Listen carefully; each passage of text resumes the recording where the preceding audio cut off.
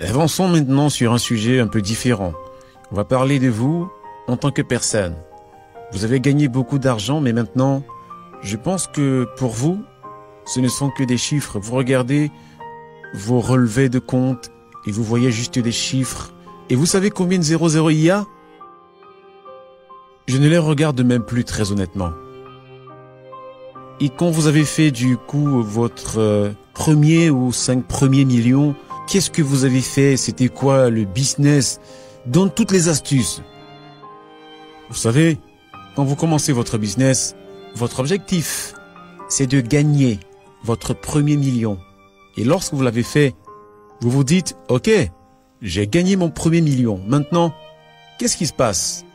Et donc, après quelques années, je me suis rendu compte que j'avais, entre 12 ou 13 milliards de dollars. Je me suis dit, tous ces chiffres ne sont que des chiffres écrits. Et donc, un jour, je suis allé à la banque et à cette époque, il n'y avait pas de restriction de retrait d'argent en liquide. Et du coup, je me suis fait un chèque et j'ai écrit 10 millions en espèces.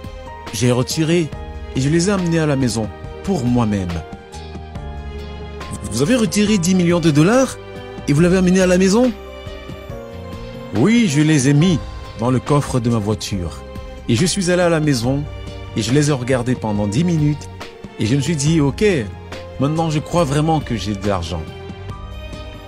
Et vous l'avez mis dans votre lit et vous avez dormi dessus toute la nuit, c'est ça? Dans le coffre de ma voiture. Donc je les ai amenés. J'ai pris tout l'argent pour moi, je l'ai mis dans ma chambre. Je l'ai regardé et je l'ai ramené à la banque le jour d'après. Est-ce que je peux vous demander quelque chose? Combien d'argent vous avez dans votre portefeuille? Aujourd'hui? Oui, combien d'argent avez-vous dans votre poche? Vous serez très très surpris. Je n'ai même pas $1. Je n'ai rien. Vous n'avez rien sur vous? Je n'ai rien du tout. Voilà l'argent, les amis. Quand vous avez l'argent, vous n'avez pas d'argent sur vous. C'est vraiment très intéressant, merci. Moi, je sais que vous avez aussi lancé une fondation. Quel est le but de cette fondation? Le but de cette fondation, c'est l'éducation, la prise de contrôle de soi et la prise en charge des désastres. Donc, nous faisons beaucoup de choses. Il y a 2 ans, nous avons fait un don de 1,25 milliard de dollars. 1,25 million ou 25 milliards? Oui, milliards de dollars, oui. C'est intéressant, ok? Oui, mais vous savez, la fondation n'est pas si jeune que ça. C'est une fondation qui est très vieille. Je l'ai lancée en 1993. Qui s'occupe de cette fondation? C'est une dame qui s'appelle Zora. Elle est quelque part par ici. Et elle fait vraiment un travail formidable. Vous allez avoir quelques personnes qui vont vous demander des dons. Vous allez avoir une file d'attente maintenant. Ok. Maintenant, laissez-moi vous poser à nouveau une question personnelle. Ça ne vous dérange pas? Vous devez certainement être le célibataire le plus recherché de tout le Nigeria. Ah, faut recommencer à nouveau. Ce que je veux dire, c'est que vous êtes génial, vous êtes beau, vous êtes mince, et vous êtes l'homme le plus riche au Nigeria, et vous êtes très courtois, j'imagine, qu'il doit avoir une queue très longue à l'extérieur de votre bureau, tous les soirs qui fait « Hi, hello, Aliko ». Qu'est-ce qui va se passer? Dis-nous tout. Vous savez, moi, c'est quelque chose de très naturel. Ce que je veux dire à toutes ces dames, c'est d'aller postuler auprès de mon frère, qui est maintenant mon consultant. Et il va m'aider du coup à peser le pour et le contre et choisir celle que je dois épouser. Et qui est ce consultant? C'est Mo Ibrahim. Oh, c'est moi! Je vais recevoir des milliers de lettres avec des CV du Nigeria de différentes femmes. J'ai vu un de mes amis justement à qui j'ai dit que je devais aller voir Mo Ibrahim. Il m'a dit quand? Je lui ai dit dans 3 heures. Il m'a dit oh là là, oh Mo Ibrahim est très taquin. Je lui ai dit non, ne t'inquiète pas, c'est mon frère, il n'a pas à me taquiner. Oh non non non, je pense que nous sommes très gentils avec lui aujourd'hui, n'est-ce pas? Merci beaucoup Aliko. Applaudissez-le s'il vous plaît. Il ne nous reste pas beaucoup de temps. Nous allons autoriser 2 questions. Je vais autoriser 2 questions car nous n'avons plus beaucoup de temps. Mais j'ai vraiment besoin de questions intéressantes et sérieuses. Pas de candidature pour le mariage ou quelque chose comme ça. Un intervenant. Bonsoir notre cher Mo Ibrahim et Baba Aliko Dangote. Mon nom est Villani Moulani. Je suis entrepreneur sud-africain de Cape Town et mon domaine est la technologie et le transport. Je crois qu'Aliko a commencé son business à 21 ans. Si jamais vous étiez un entrepreneur de 21 ans aujourd'hui, quels seraient les 3 secteurs sur lesquels vous vous concentriez et quels seraient les 3 facteurs en lesquels vous croiriez pour réussir? Merci beaucoup.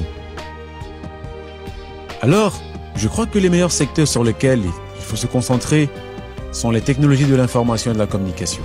L'éthique ou l'agriculture, comme nous venons de le dire, ce sont les 2 secteurs dans lesquels je me concentrerai. Ce sont les 2 secteurs prometteurs sur lesquels tu dois te concentrer. Mais vous voyez également beaucoup de gens, surtout les plus jeunes, il y a certains problèmes sur lesquels nous devons nous concentrer, car l'un des plus gros problèmes que nous rencontrons en tant qu'Africains, c'est que nous dépensons nos revenus à venir une fois qu'on commence à faire du business, que le business commence à fonctionner. Au lieu de réinvestir dans le business, on commence à dépenser de l'argent en pensant que le profit va continuer à venir. Il y a des hauts et des bas dans le business, donc tu dois rester très concentré sur ce que tu fais. Comment tu le fais? Donc tu n'es pas censé acheter une Porsche ou quelque chose comme ça. Non, surtout pas. Ce sont des choses de luxe qui en plus de ça prennent ton temps et qui feront que tu ne seras pas concentré sur ton business. Ce que je veux dire, c'est que moi, je n'ai aucune maison de vacances nulle part. Non, je n'ai pas de maison nulle part, à part chez moi. Mais je connais des gens qui travaillent pour moi, qui ont des maisons à Londres, mais moi je n'en ai pas. Une question de plus? C'était une très bonne question. Essayez de m'avoir une question encore meilleure que celle-ci. Intervenant. Bonjour, mon nom est Niki Aiko, je viens du Soudan du Sud et je travaille en Belgique. Et j'ai une question à propos de la zone de libre-échange continentale dont nous avons parlé. De ce que j'ai compris, certains pays ont eu du mal à ratifier cet accord parce qu'ils étaient inquiets par rapport au secteur privé. Et en tant que membre clé du secteur privé, j'aimerais savoir, est-ce que vous êtes inquiet à propos des impacts de la zone de libre-échange sur l'industrie au Nigeria? Et deuxièmement, est-ce que vous pensez que l'aspect protecteur dans l'industrie va être challengeant pour vous ou est-ce que ce sera une bonne raison, par exemple, d'autoriser le Bénin à ne pas accepter vos produits dans leur région? Oui, vous avez raison. Le problème, c'est que si jamais nous l'implémentons de manière plus large, c'est très bien. Par exemple, l'Afrique du Sud demande qu'on produise 80% du produit localement. Donc, j'aimerais que vous montriez 20 produits dans toute l'Afrique où nous produisons avec 80% de contenu local. Le plus grand problème que nous avons, c'est un problème structurel en termes d'industrie, surtout en Afrique. La majorité des usines que nous avons en Afrique sont juste des assemblées et n'utilisent pas réellement des matériaux locaux.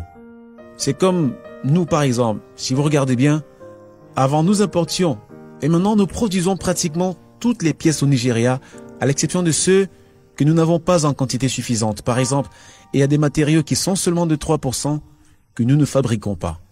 Mais ce n'est vraiment rien et ça ne coûte pas cher donc. Est-ce que vous pensez que 80% c'est une part qui est élevée?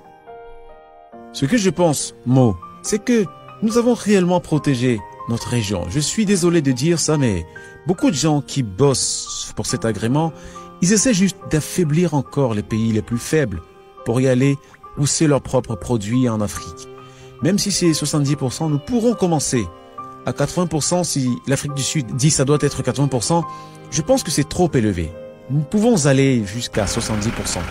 Le plus grand challenge sera l'implémentation. Parce qu'aujourd'hui, si jamais la République du Bénin ne m'autorise pas d'amener du ciment à 28 km, comment est-ce qu'une personne qui est en Côte d'Ivoire pourra envoyer ses biens au Nigeria par la route alors que c'est seulement 100 km?